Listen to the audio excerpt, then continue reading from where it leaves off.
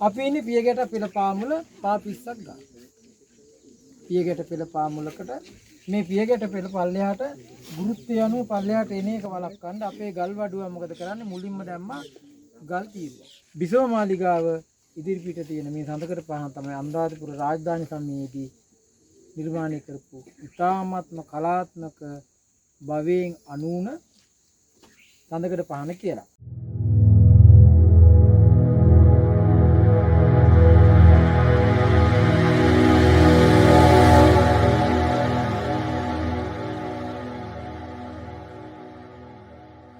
සංඝාවාසයේ ප්‍රධාන පංච සංඝාවාසයක පංචය කියන පහෙන් වාසයක ප්‍රධානම සංඝාවාසයකට පිටුපාලා ඉන්නේ.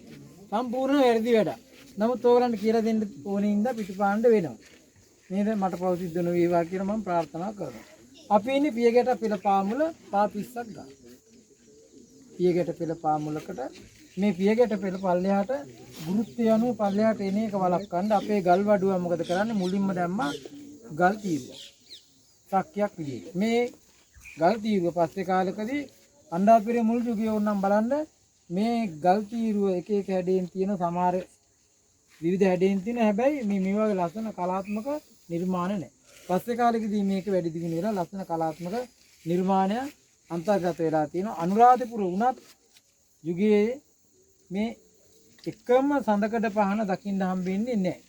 හරිද? විවිධ සංකල්ප මත නිර්මාණකරුවාගේ ශක්තිතාවය මත මේ දේවල් නිර්මාණය කරලා තියෙනවා. නමුත් පොදු පිළිගැනීම තමයි මේ අනුරාධපුරේ අභිගිරි විහාරාරම්භ සංකීර්ණයේ අපි තාම ඉන්නේ බිසව මාලිගාව ඉදිරිපිට තියෙන මේ සඳකඩ පහන තමයි අනුරාධපුර රාජධානි සමයේදී නිර්මාණය කරපු ඉතාමත්ම කලාත්මක භවයෙන් අනූන සඳකඩ පහන කියලා. සඳකඩ පහන සඳ කඩේ හඳේ භාගයක් කියන අර්ථය තියෙන්නේ. පහන මේ ගල කියන එක. හඳේ මේ අර්ධචන්ද පාෂාණී කියලා කියන සඳකඩ පහන කියලා කියන හඳක භාගයක් වගේ නේද?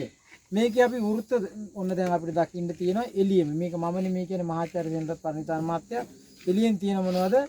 ලියලන පලාපිති නැත්තම් ගිනිද. මොකක්ද ඒකින් අපිට අදහස් වෙන්නේ? මේ තණ්හාව සසරට වැටිච්ච පුද්ගලයා මේ තණ්හාවෙන් ඉපදෙනවා ජාති ජරා ව්‍යාධි මරණ. ඉපදෙනවා ජරාවට ජීර්ණය වෙනවා ලෙඩ දුක් හැදෙනවා මරණයටපත් වෙනවා. ඕම්බාන් මහා ගිනිදැල් වගේ ලියලන මේ නොනිමෙන්නේ නැති සංසාර සාගරේ ඕම් අපි ඉපදෙනවා ඇතාගෙන් ජාති ඉපදෙනවා. මේ මොකද්ද? අස්යාගෙන් ජරා ජීර්ණයටපත් වෙනවා ජරාවටපත් වෙනවා. සිංහයාගෙන් ව්‍යාධි ලෙඩ වෙනවා. අරකගේ මරණ. බලන්න එක පිටිපස්සේ ගිහිලා මේ සඳකඩ පාණේ මුලින් පටන් ගන්නෙත් ජාති. අගින් ඉවර වෙන්නේ ජාති. ඒ කියන්නේ චක්‍රය. ඉපදෙනවා මැරෙනවා වැහැරෙනවා ලෙඩ වෙනවා මැරෙනවා ඉපදෙනවා වැහැරෙනවා ලෙඩ වෙනවා මැරෙනවා ඉපදෙනවා වැහැරෙනවා ලෙඩ වෙනවා මැරෙනවා ඉපදෙනවා. චක්‍රයක් නේ. ඉවරයක් නෑ නේ අප්පා. මේ සංසාර සාගරේ මේ විදියට භව තෘෂ්ණාවෙන් හිටියොත් මෙහෙම අපි ඔය සෑම සත්‍යයකම එහෙම තමයි අපි ඕගොල්ලොත් එහෙම තමයි කෙලෙස් තියෙනවා නම් ඕම. හැබැයි කෙලෙස් එන්නේ අඩු වෙනවා මේ පලාපිති වලින්. අඩු වෙලා අර විදිහට ලියලන්නේ නැහැ. සමනයකටපත් වෙලා තියෙනවා. ඒ අතරතුර මොකද වෙන්නේ? හංසයෙක් නෙළුම් මල් වගේක් අරගෙන ඉන්නවා. හංසයා කියන්නේ කිරෙන්දිය වෙන් කර ගන්න පුළුවන්, හොඳින් නරක වෙන් කර ගන්න පුළුවන් සතා කියලා අපි හඳුන්වන්නේ. ඒ නිසා මේ හංසයෙන් අපි නිරූපණය කරනවා කියලා අදහස් කරන්නේ හොඳයි. ඒ කියන්නේ ගති ගුණ. හොඳින් නරක වෙන් කරන කුසලෙන් අකුසලයේ වෙන් කරලා ගන්න. මේ කවුද? බෞද්ධ ශ්‍රාවක ශ්‍රාවිකාව. බෞද්ධය නේද? සිල්වන්තය. ධර්ම මාර්ගයේ ගමන් කරන අය. බලන්න මොනවද අරන් තියෙන්නේ? නිලුම් පොහොට්ටු. නිලුම් පොහොට්ටු කියන්නේ නිලුම කියන්නේ පුණ්ඩරීක යතාවග්ගු තෝයින නූපලිප්පති. නූපලිප්තම් විලෝකේන තස්මා බුද්ධෝස්මි බ්‍රාහ්මණ. එදා කාර්ද බමුණෙකුට ලෞතර ප්‍රධාන වහන්සේ කියනවා මම පුණ්ඩරීකයක් වගේ. පුණ්ඩරීක කියන්නේ නිලුම්. උන්වහන්සේම නිලුම් වලට උන්වහන්සේ සමාන කරනවා. නිලුම් පොහොට්ටු හේවත් මොකද වෙන්නේ?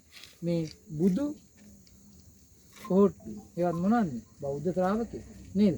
මේ බෞද්ධ ශ්‍රාවකයෝ මේ විදියට එක පිළිපර එක අනුගමනය කරමින් නිවැරදි ප්‍රතිපත්ති ගරුක මාර්ගයකට අවිතීර්ණ නම් පස්සේ බලන්න අර ලියලෙන පලාපෙති හෙවත් තණ්හාව අඩු. තේනෝනේ? ඊටමත් මාත්. දැන් මොකද වෙන්නේ? මුකුත්ම නැති තීරුවක් තියෙන. තණ්හාවකුත් නැහැ නේද? දැන් බොහොම උපේක්ෂා සහගත වීම. බලන්න මාර නිර්මාණය. අන්න අපිට නිවන කිට්ටුයි නිර්මල.